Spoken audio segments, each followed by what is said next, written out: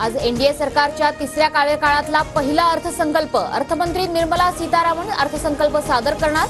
Tax सूट पासून ते pension पर्यंतच्या मोठ्या घोषणांची शक्यता। शिवसेना आणि राष्ट्रवादी आमदार प्रकरणात आज सुप्रीम कोर्टात सुनावणी। विधानसभा अध्यक्ष राहुल नार्वेकरांच्या निर्णयाला आव्हान। सरन्यायाधीश चंद्रचूड यांच्यासमोर सुनावणी होणार। देवेंद्र फडणवीसांच्या सागर निवासस्थानी रात्री भाजपच्या कोर कमिटीची बैठक संपन्न। रात्री 12 वाजेपर्यंत विधानसभा निवडणुकीच्या पार्श्वभूमीवर महत्त्वाची बैठक झाल्याची माहिती।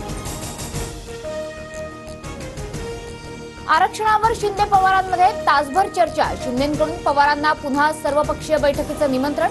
पवारांच्या भेटीनंतर सागर बंगल्यावर शिंदे फडणवीसांमध्ये खलबतं। शहांच्या पवारांवरील टीकेनंतर अजितदादांचं नो कमेंट्स। मंत्री मुंडेंचा भाजपच्या सुरात सूर, तर बावनकुळेंना पत्र लिहित दादांच्या 2 आमदारांची शहांवर नाराजी। शरद पवारांविषयी इतकीच कळकळ होती तर मग दादांसोबत का आलात? शरद पवारांची बाजू घेऊन बोलणाऱ्या दादा गटाच्या आमदारांना प्रवीण दरेकरांचा सवाल। मी पण येवल्यात जाऊन उपोषणाला बसतो, मग भुजबळांना कळेल गर्दी काय असते आणि झळ कशी बसते ते, जरांगेंचा इशारा।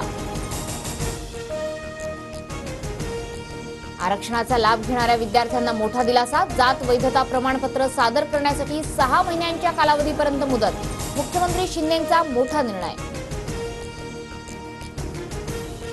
विधान परिषदेत क्रॉस वोटिंग करणाऱ्या आमदारांचं विधानसभेचं तिकीट कापलं जाण्याची शक्यता। आज दिल्लीतील काँग्रेसच्या उच्चस्तरीय बैठकीत चर्चा होणार। विरोधक आल्यास योजना बंद होतील। महायुतीला सरकारमध्ये कायम ठेवा, योजना सुरू राहतील हा दादाचा वादा। उपमुख्यमंत्री अजित पवारांचं आश्वासन। कुठलीही योजना बंद होणार नाही, त्यात सुधारणा करून आणखी वाढवून देऊ। जयंत पाटलांनी अजितदादांचा दावा फेटाळला, तर लोकसभेतील पराभवानंतर महायुतीला योजना आठवल्याचीही टीका। मंत्रालयातील टॉयलेटमधील बेसिनमध्ये कपबशी धुतल्याचा प्रकार उघडकीस। मंत्रालयातील 5व्या मजल्यावरील टॉयलेटमध्ये शिपायानं कपबशी धुतली। गर्भपातावेळी प्रेयसीचा मृत्यू। प्रियकरानं 2 मुलांसह महिलेला नदीत फेकलं। मावळमधील संतापजनक घटना। विवाहबाह्य संबंधातून महिला प्रियकराकडून गर्भवती असल्याची माहिती। वारणा, कृष्णा, कोयना आणि अंबा नदीच्या पाणी पातळीत वाढ, तर कोल्हापुरातील पंचगंगा नदीनेही इशारा पातळी ओलांडली। प्रशासनाकडून नदीकाठच्या नागरिकांना स्थलांतराच्या सूचना।